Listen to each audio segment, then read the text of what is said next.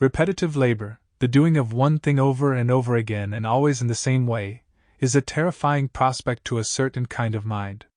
It is terrifying to me. I could not possibly do the same thing day in and day out, but to other minds, perhaps I might say to the majority of minds, repetitive operations hold no terrors. In fact, to some types of mind thought is absolutely appalling. To them the ideal job is one where the creative instinct need not be expressed.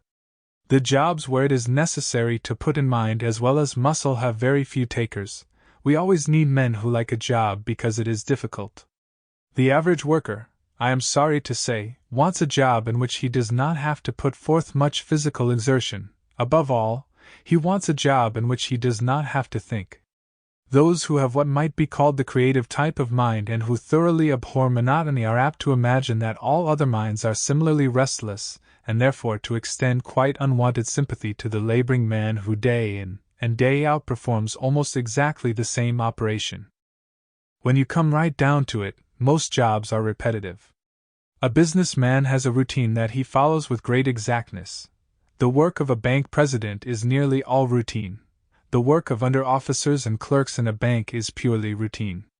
Indeed, for most purposes and most people, it is necessary to establish something in the way of a routine and to make most motions purely repetitive.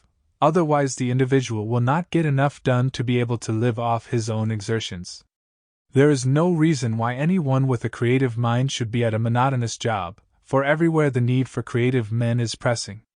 There will never be a dearth of places for skilled people, but we have to recognize that the will to be skilled is not general. And even if the will be present, then the courage to go through with the training is absent. One cannot become skilled by mere wishing. There are far too many assumptions about what human nature ought to be and not enough research into what it is. Take the assumption that creative work can be undertaken only in the realm of vision. We speak of creative artists in music, painting, and the other arts. We seemingly limit the creative functions to productions that may be hung on gallery walls, or played in concert halls, or otherwise displayed where idle and fastidious people gather to admire each other's culture. But if a man wants a field for vital creative work, let him come where he is dealing with higher laws than those of sound, or line, or color. Let him come where he may deal with the laws of personality. We want artists in industrial relationship. We want masters in industrial method, both from the standpoint of the producer and the product. We want those who can mold the political, social, industrial, and moral mass into a sound and shapely whole. We have limited the creative faculty too much and have used it for too trivial ends. We want men who can create the working design for all that is right and good and desirable in our life. Good intentions plus well-thought-out working designs can be put into practice and can be made to succeed. It is possible to increase the well-being of the working man, not by having him do less work, but by aiding him to do more. If the world will give its attention and interest and energy to the making of plans that will profit the other fellow as he is, then such plans can be established on a practical working basis. Such plans will endure, and they will be far the most profitable both in human and financial values.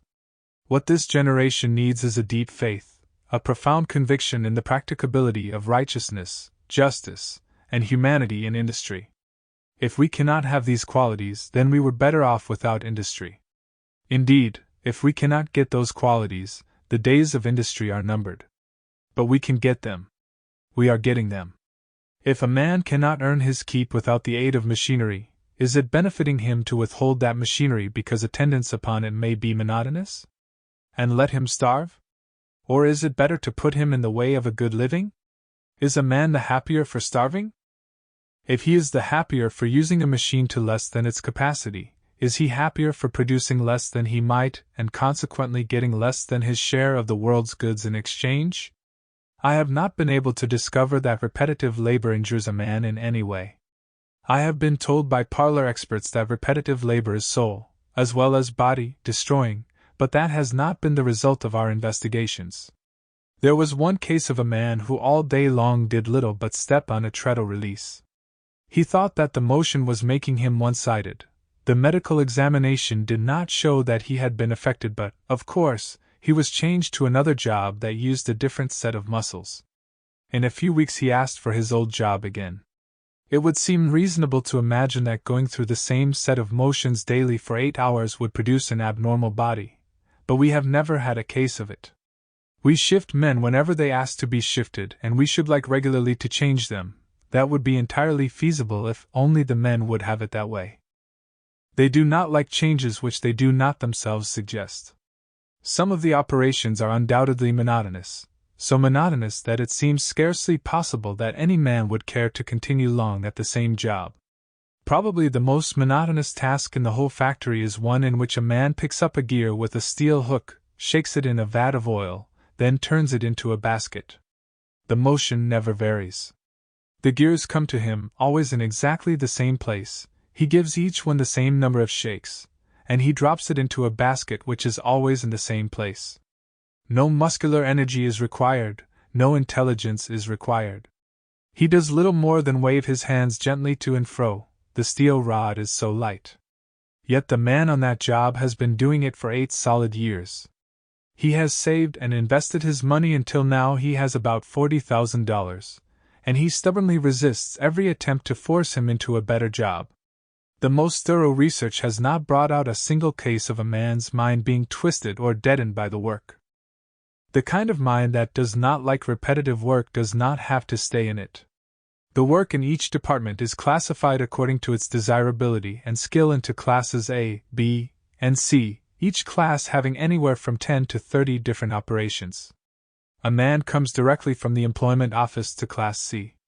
As he gets better he goes into Class B, and so on into Class A, and out of Class A into tool-making or some supervisory capacity. It is up to him to place himself. If he stays in production it is because he likes it. In a previous chapter one noted that no one applying for work is refused on account of physical condition. This policy went into effect on January 12, 1914, at the time of setting the minimum wage at $5 a day and the working day at 8 hours. It carried with it the further condition that no one should be discharged on account of physical condition, except, of course, in the case of contagious disease. I think that if an industrial institution is to fill its whole role, it ought to be possible for a cross-section of its employees to show about the same proportions as a cross-section of a society in general. We have always with us the maimed and the halt. There is a most generous disposition to regard all of these people who are physically incapacitated for labor as a charge on society and to support them by charity. There are cases where I imagine that the support must be by charity, as, for instance, an idiot. But those cases are extraordinarily rare, and we have found it possible, among the great number of different tasks that must be performed somewhere in the company, to find an opening for almost any one and on the basis of production. The blind man or cripple can, in the particular place to which he is assigned, perform just as much work and receive exactly the same pay as a wholly able-bodied man would. We do not prefer cripples, but we have demonstrated that they can earn full wages.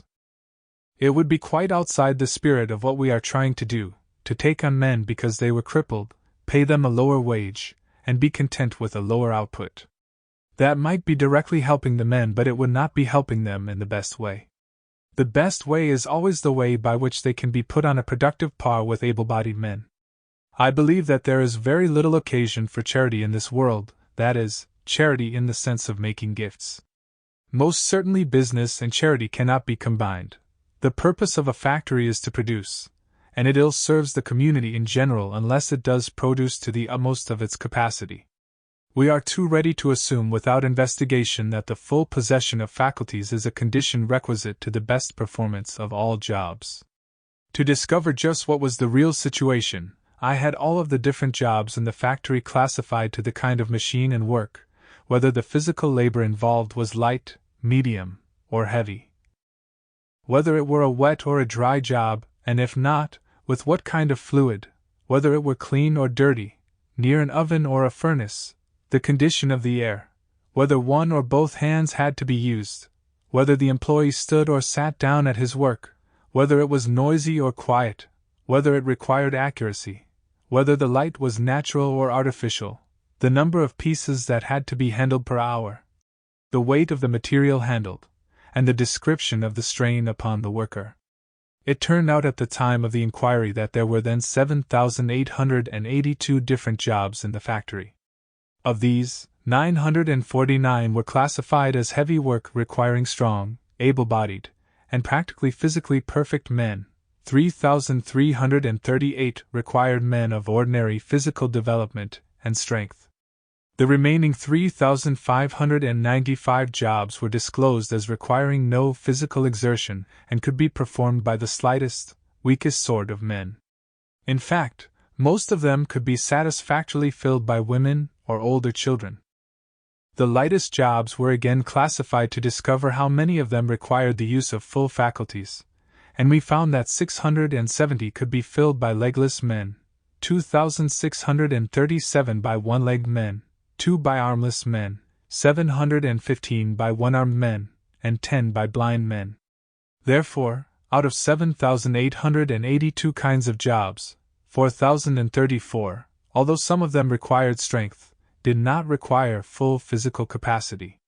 That is, developed industry can provide wage work for a higher average of standard men than are ordinarily included in any normal community. If the jobs in any one industry or, say, any one factory were analyzed as ours have been analyzed, the proportion might be very different, yet I am quite sure that if work is sufficiently subdivided to the point of highest economy, there will be no dearth of places in which the physically incapacitated can do a man's job and get a man's wage. It is economically most wasteful to accept crippled men as charges and then to teach them trivial tasks like the weaving of baskets or some other form of unremunerative hand labor, in the hope, not of aiding them to make a living, but of preventing despondency. When a man is taken on by the employment department, the theory is to put him into a job suited to his condition. If he is already at work and he does not seem able to perform the work, or if he does not like his work, he is given a transfer card, which he takes up to the transfer department, and after an examination he is tried out in some other work more suited to his condition or disposition. Those who are below the ordinary physical standards are just as good workers, rightly placed, as those who are above. For instance, a blind man was assigned to the stock department to count bolts and nuts for shipment to branch establishments. 2 other able-bodied men were already employed on this work. In 2 days the foreman sent a note to the transfer department releasing the able-bodied men because the blind man was able to do not only his own work but also the work that had formerly been done by the sound men. This salvage can be carried further. It is usually taken for granted that when a man is injured he is simply out of the running and should be paid an allowance. But there is always a period of convalescence, especially in fracture cases, where the man is strong enough to work, and indeed, by that time usually anxious to work, for the largest possible accident allowance can never be as great as a man's wage. If it were, then a business would simply have an additional tax put upon it, and that tax would show up in the cost of the product. There would be less buying of the product, and therefore less work for somebody. That is an inevitable sequence that must always be borne in mind. We have experimented with bedridden men who are able to sit up. We put black oilcloth covers or aprons over the beds and set the men to work screwing nuts on small bolts. This is a job that has to be done by hand and on which 15 or 20 men are kept busy in the magneto department. The men in the hospital could do it just as well as the men in the shop, and they were able to receive their regular wages. In fact, their production was about 20%, I believe, above the usual shop production. No man had to do the work unless he wanted to. But they all wanted to. It kept time from hanging on their hands. They slept and ate better and recovered more rapidly. No particular consideration has to be given to deaf and dumb employees. They do their work 100%. The tubercular employees, and there are usually about 1,000 of them, mostly work in the materials salvage department. Those cases which are considered contagious work together in an especially constructed shed. The work of all of them is largely out of doors. At the time of the last analysis of employed, there were 9,563 substandard men. Of these, 123 had crippled or amputated arms, forearms, or hands. 1 had both hands off. There were 4 totally blind men, 207 blind in one eye, 253 with one eye nearly blind, 37 deaf and dumb, 60 epileptics, 4 with both legs or feet missing, 234 with one foot or leg missing. The others had minor impediments. The length of time required to become proficient in the various occupations is about as follows: 43% of all the jobs require not over 1 day of training. 36% require from 1 day to 1 week, 6% require from 1 to 2 weeks, 14% require from 1 month to 1 year, 1% require from 1 to 6 years. The last jobs require great skill, as in tool making and die sinking. The discipline throughout the plant is rigid. There are no petty rules, and no rules the justice of which can reasonably be disputed. The injustice of arbitrary discharge is avoided by confining the right of discharge to the employment manager, and he rarely exercises it. The year 1919 is the last on which statistics were kept. In that year 30,155 changes occurred. Of those 10,334 were absent more than 10 days without notice and therefore dropped. Because they refused the job assigned or, without giving cause, demanded a transfer, 3,702 were let go. A refusal to learn English in the school provided accounted for 38 more, 108 enlisted, about 3,000 were transferred to other plants. Going home, going into farming or business accounted for about the same number. 82 women were discharged because their husbands were working. We do not employ married women whose husbands have jobs. Out of the whole lot, only 80 were flatly discharged, and the causes were misrepresentation, 56, by order of Educational Department, 20, and undesirable, 4. We expect the men to do what they are told. The organization is so highly specialized and one part is so dependent upon another that we could not for a moment consider allowing men to have their own way. Without the most rigid discipline, we would have the utmost confusion. I think it should not be otherwise in industry. The men are there to get the greatest possible amount of work done and to receive the highest possible pay. If each man were permitted to act in his own way, production would suffer and therefore pay would suffer. Anyone who does not like to work in our way may always leave. The company's conduct toward the men is meant to be exact and impartial. It is naturally to the interest both of the foremen and of the department heads that the releases from their departments should be few. The workman has a full chance to tell his story if he has been unjustly treated, he has full recourse. Of course, it is inevitable that injustices occur. Men are not always fair with their fellow workmen. Defective human nature obstructs our good intentions now and then. The foreman does not always get the idea, or misapplies it, but the company's intentions are as I have stated, and we use every means to have them understood. It is necessary to be most insistent in the matter of absences. A man may not come or go as he pleases. He may always apply for leave to the foreman, but if he leaves without notice, then, on his return, the reasons for his absence are carefully investigated and are sometimes referred to the medical department. If his reasons are good, he is permitted to resume work. If they are not good, he may be discharged. In hiring a man, the only data taken concerns his name, his address, his age, whether he is married or single, the number of his dependents, whether he has ever worked for the Ford Motor Company, and the condition of his sight and his hearing. No questions are asked concerning what the man has previously done, but we have what we call the better advantage notice, by which a man who has had a trade before he came to us files a notice with the employment department stating what the trade was. In this way, when we need specialists of any kind, we can get them right out of production. This is also one of the avenues by which tool makers and molders quickly reach the higher positions. I once wanted a Swiss watchmaker. The cards turned one up. He was running a drill press. The heat treat department wanted a skilled fire bricklayer. He also was found on a drill press. He is now a general inspector. There is not much personal contact. The men do their work and go home. A factory is not a drawing room. But we try to have justice, and while there may be little in the way of handshaking, we have no professional handshakers. Also, we try to prevent opportunity for petty personalities. We have so many departments that the place is almost a world in itself. Every kind of man can find a place somewhere in it. Take fighting between men. Men will fight, and usually fighting is a cause for discharge on the spot. We find that does not help the fighters, it merely gets them out of our sight. So the foremen have become rather ingenious in devising punishments that will not take anything away from the man's family, and which require no time at all to administer. One point that is absolutely essential to high capacity, as well as to humane production, is a clean, well-lighted and well-ventilated factory. Our machines are placed very close together. Every foot of floor space in the factory carries, of course, the same overhead charge.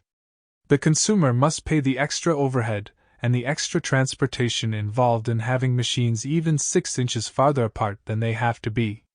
We measure on each job the exact amount of room that a man needs. He must not be cramped, that would be waste. But if he and his machine occupy more space than is required, that also is waste. This brings our machines closer together than in probably any other factory in the world. To a stranger they may seem piled right on top of one another, but they are scientifically arranged, not only in the sequence of operations, but to give every man and every machine every square inch that he requires and, if possible, not a square inch, and certainly not a square foot, more than he requires. Our factory buildings are not intended to be used as parks. The close placing requires a maximum of safeguards and ventilation. Machine safeguarding is a subject all of itself. We do not consider any machine, no matter how efficiently it may turn out its work, as a proper machine unless it is absolutely safe. We have no machines that we consider unsafe, but even at that a few accidents will happen.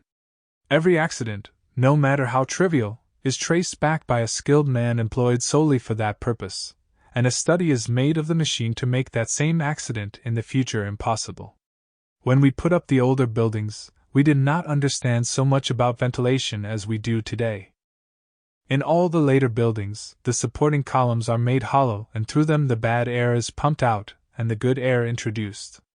A nearly even temperature is kept everywhere the year round, and during daylight, there is nowhere the necessity for artificial light. Something like 700 men are detailed exclusively to keeping the shops clean, the windows washed, and all of the paint fresh. The dark corners which invite expectoration are painted white. One cannot have morale without cleanliness. We tolerate makeshift cleanliness no more than makeshift methods. No reason exists why factory work should be dangerous. If a man has worked too hard or through too long hours, he gets into a mental state that invites accidents. Part of the work of preventing accidents is to avoid this mental state. Part is to prevent carelessness, and part is to make machinery absolutely foolproof.